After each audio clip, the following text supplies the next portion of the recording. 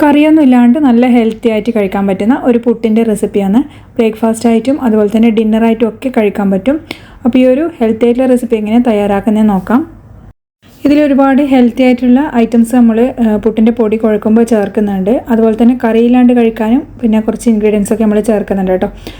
അപ്പോൾ വീഡിയോ ആദ്യമായിട്ട് കാണുന്നവരാണെങ്കിൽ വീഡിയോ ഇഷ്ടമാവുകയാണെങ്കിൽ ലൈക്ക് ചെയ്യാനും ഷെയർ ചെയ്യാനും അതുപോലെ സബ്സ്ക്രൈബ് ചെയ്ത് സപ്പോർട്ട് ചെയ്യാനും മറക്കരുത്. അപ്പോൾ നമുക്ക് വീഡിയോയിലേക്ക് പോകാം. അപ്പോൾ ഒരു ബൗളിലേക്ക് നമുക്ക് പുട്ടിൻ്റെ പൊടി ഇട്ട് കൊടുക്കാം. അപ്പോൾ ഞാനിവിടെ അരിപ്പൊടി വെച്ചിട്ടാണ് ചെയ്യുന്നത്. അപ്പോൾ റവ വെച്ചിട്ടോ അല്ലെങ്കിൽ ഗോതമ്പ് പൊടി വെച്ചിട്ടോ ഒക്കെ സെയിം നിങ്ങൾക്ക് തയ്യാറാക്കി എടുക്കാം. പക്ഷേ അരിപ്പൊടിയിൽ ചെയ്യുമ്പോഴാണ് നല്ല ടേസ്റ്റ് ഉള്ളത്. ഞാനിവിടെ ഒരു 4 ആൾക്കുള്ള അളവിൻ്റെ ആ ഒരു ഇതിലാണ് അരിപ്പൊടി എടുത്തത്. അപ്പോൾ ഒരു 4 കയ്യിൽ അരിപ്പൊടി ഞാൻ എടുത്തിട്ടുണ്ട്. ഇനി ഇതിലേക്ക് ആവശ്യത്തിനുള്ള ഉപ്പ് ചേർത്ത് കൊടുക്കാം. ഇത് മില്ലിൽ നിന്ന് പൊടിച്ച പൊടിയാണ് കേട്ടോ. നമ്മൾ പുഴുങ്ങലരിയും പച്ചരിയും ചേർത്ത് പൊടിച്ചതാണ്. ഇനി ഇതിലേക്ക് കുറേശ്ശെ നമുക്ക് വെള്ളം ചേർത്തിട്ടൊന്ന് കുഴച്ചെടുക്കാം. ആദ്യം നമ്മൾ നല്ലപോലെ ഒന്ന് മിക്സ് ചെയ്തതിന് ശേഷം കുറച്ച് സമയം ഒന്ന് മാറ്റി വെക്കണം കേട്ടോ. അത് അങ്ങനെ ആകുമ്പോൾ പുട്ടിൻ്റെ പൊടി നല്ല സോഫ്റ്റ് ആയിട്ട് കിട്ടും. അപ്പോൾ ഇത് കുഴച്ചെടുത്തിട്ട് അതിന് മേലെ കുറച്ചൊന്ന് വെള്ളം തളിച്ചിട്ട് നമ്മളൊന്ന് മൂടി വെച്ചാൽ മതി. അപ്പോൾ ഏകദേശം ഒരു അരമണിക്കൂർ കഴിഞ്ഞിട്ടാണ് ഞാനിത് പിന്നെ ബാക്കിയുള്ള കാര്യങ്ങൾ ചെയ്യുന്നത്. അരമണിക്കൂർ കഴിഞ്ഞിട്ട് പിന്നെ നമ്മളൊന്ന് കുഴച്ച് നോക്കുമ്പോൾ വേണമെങ്കിൽ വെള്ളം ആവശ്യമുണ്ടെങ്കിൽ ഒന്ന് ചേർത്ത് കൊടുത്താൽ മതി. പുട്ട് നല്ല സോഫ്റ്റ് ആവാൻ ഈ ഒരു ഐഡിയകളൊന്ന് ചെയ്ത് നോക്കാം കേട്ടോ. പിന്നെ ഇതിൻ്റെ മേലേക്ക് ഒരു 1/4 കപ്പ് തേങ്ങ ചേർത്ത് കൊടുക്കുന്നുണ്ട്. തേങ്ങ പുട്ട് ഉണ്ടാക്കുമ്പോൾ ചേർത്താൽ മതി. ഇങ്ങനെ ചേർത്ത് കഴിഞ്ഞാലും നല്ല ടേസ്റ്റാണ്. പിന്നെ ഒരു മീഡിയം സൈസുള്ള ക്യാരറ്റ് ഒന്ന് ഗ്രേറ്റ് ചെയ്തിട്ട് ഒന്ന് ചേർക്കുന്നുണ്ട്. നല്ല ഹെൽത്തി ആയിട്ടുള്ള ഐറ്റംസാണ് കേട്ടോ നമ്മളിതിലേക്ക് ചേർക്കുന്നത്. പിന്നെ ഒരു ചെറിയ സൈസുള്ള സവാള ചെറുതായി അരിഞ്ഞിട്ട് ചേർക്കാം. പിന്നെ ഇതിൻ്റെ ഏറ്റവും പ്രധാനപ്പെട്ട കാര്യം എന്ന് പറയുന്നത് തന്നെ നമ്മൾ ഇതിലേക്ക് ചേർക്കുന്നത് മുരിങ്ങയിലയാണ്. അപ്പോൾ ഞാനൊരു 1/4 കപ്പോളം മുരിങ്ങയില ഒന്ന് കഴുകിയിട്ട് ചേർത്ത് കൊടുക്കുന്നുണ്ട്. വേണമെങ്കിൽ ചെറുതായിട്ട് അരിഞ്ഞിട്ട് ചേർത്താലും കുഴപ്പമൊന്നുമില്ല. പിന്നെ ഇതിലേക്ക് കുറച്ച് മല്ലിച്ചപ്പും ഒരിത്തിരി കറിവേപ്പില ചെറുതായി അരിഞ്ഞതും ചേർക്കാം.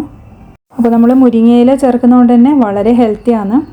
ഇനി ഇതെല്ലാം നമുക്കൊന്ന് മിക്സ് ചെയ്ത് കൊടുക്കാം. എല്ലാ ഭാഗത്തും പുട്ടുപൊടീൻ്റെ എല്ലാ ഭാഗത്തും നമ്മൾ ഈ ഒരു ചേർത്ത സാധനങ്ങൾ എത്തുന്ന വിധത്തിൽ നല്ലപോലെ ഒന്ന് യോജിപ്പിച്ച് കൊടുക്കാം.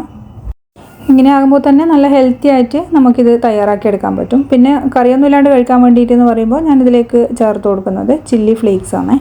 ഏകദേശം 1 ടീസ്പൂൺ എടുത്തിട്ടുണ്ട്. അപ്പോൾ എരിവ് കുറച്ചധികം വേണമെന്നുണ്ടെങ്കിൽ ഒരു 1.5 ടീസ്പൂൺ വരെ ഇങ്ങക്ക് എടുക്കാം. പിന്നെ കുട്ടികളൊക്കെ ഉണ്ടാകുമ്പോൾ എരിവ് ഭയങ്കര ബുദ്ധിമുട്ടാണെങ്കിൽ ഇത്രയും മാത്രം എടുത്താൽ മതി. അതും കൂടി ചേർത്തിട്ട് നല്ലപോലെ ഒന്ന് മിക്സ് ചെയ്ത് കൊടുക്കാം. പുട്ടിൻ്റെ പൊടി റെഡിയായി. ഇനി നമുക്ക് പുട്ട് ഈ ഒരു സമയത്ത് തന്നെ ഉണ്ടാക്കിയെടുക്കാം. പിന്നെ മൂടി വെക്കേണ്ട ആവശ്യമൊന്നുമില്ല. അതുപോലെ പുട്ടിന് ആദ്യം പൊടി കുഴക്കുന്ന സമയത്ത് വെള്ളം ചേർക്കുമ്പോൾ ഒന്ന് നോക്കണം കേട്ടോ. കാരണം നമ്മൾ ഈ ഒരു വെജിറ്റബിൾസ് ഒക്കെ ചേർക്കുന്നില്ല. അതുകൊണ്ട് തന്നെ അതിലെല്ലാം വെള്ളത്തിൻ്റെ ഒരു കണ്ടൻറ്റ് ഉണ്ടല്ലോ. അപ്പോൾ അതുകൊണ്ട് നോക്കിയിട്ടൊന്ന് ചേർത്ത് കൊടുക്കാം. അപ്പോൾ ഈ ഒരു പൊടിക്ക് നല്ലോണം വെള്ളത്തിൻ്റെ അളവ് ആവശ്യമുണ്ടല്ലോ കേട്ടോ. ഇത് നമുക്ക് സാധാരണ പുട്ടുണ്ടാക്കുന്നത് പോലെ തന്നെ പുട്ടുകുറ്റിയിൽ അത് തേങ്ങയൊക്കെ ഇട്ടിട്ട് നമുക്ക് ഈ ഒരു പൊടി അതിലേക്ക് അങ്ങ് ഇട്ട് കൊടുക്കാം. അപ്പോൾ നമ്മൾ എത്ര ലെയറായിട്ട് നിങ്ങൾക്ക് വേണോ അതനുസരിച്ചിട്ട് തേങ്ങയൊക്കെ നിറച്ചിട്ട് ചെയ്തെടുക്കാം കേട്ടോ. ഞാനിവിടെ ഒരു 2 ലെയർ മാത്രമേ ഇങ്ങനെ ആക്കുന്നുള്ളൂ. ഇനി സാധാരണ പുട്ടുണ്ടാക്കുന്നത് പോലെ തന്നെ നമുക്ക് ഒരു മീഡിയം ഫ്ലെയിമിൽ 5 മിനിറ്റ് ഒന്ന് ആവിയേറ്റിയെടുക്കാം.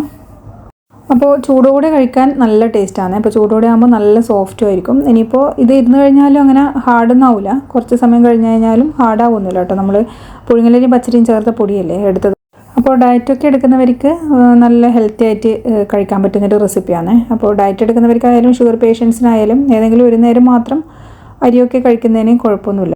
ഒരു നേരം നമ്മൾ കാർബോഹൈഡ്രേറ്റിൻ്റെ ഫുഡ് കഴിക്കുന്നതിന് കുഴപ്പമൊന്നുമില്ല ഷുഗർ പേഷ്യൻസിന് പ്രത്യേകിച്ച്. കാരണം നമ്മുടെ ശരീരത്തിന് അതും ആവശ്യമാണ്. അപ്പോൾ നമ്മൾ കഴിക്കുന്ന ക്വാണ്ടിറ്റി ഒന്ന് കുറച്ചാൽ മതി, അത്രയേ ഉള്ളൂ. പിന്നെ ഷുഗർ പേഷ്യൻസ് എന്ന് പറയുമ്പോൾ നമ്മൾ ബാക്കി കഴിക്കുന്ന 2 നേരം കാർബോഹൈഡ്രേറ്റ് ഒഴിവാക്കിയിട്ട് ബാക്കി നമ്മൾ മില്ലറ്റ്സും അതുപോലെ പൾസസ് വെജിറ്റബിൾസും ഒക്കെ ഉൾപ്പെടുത്തിയാൽ മതി.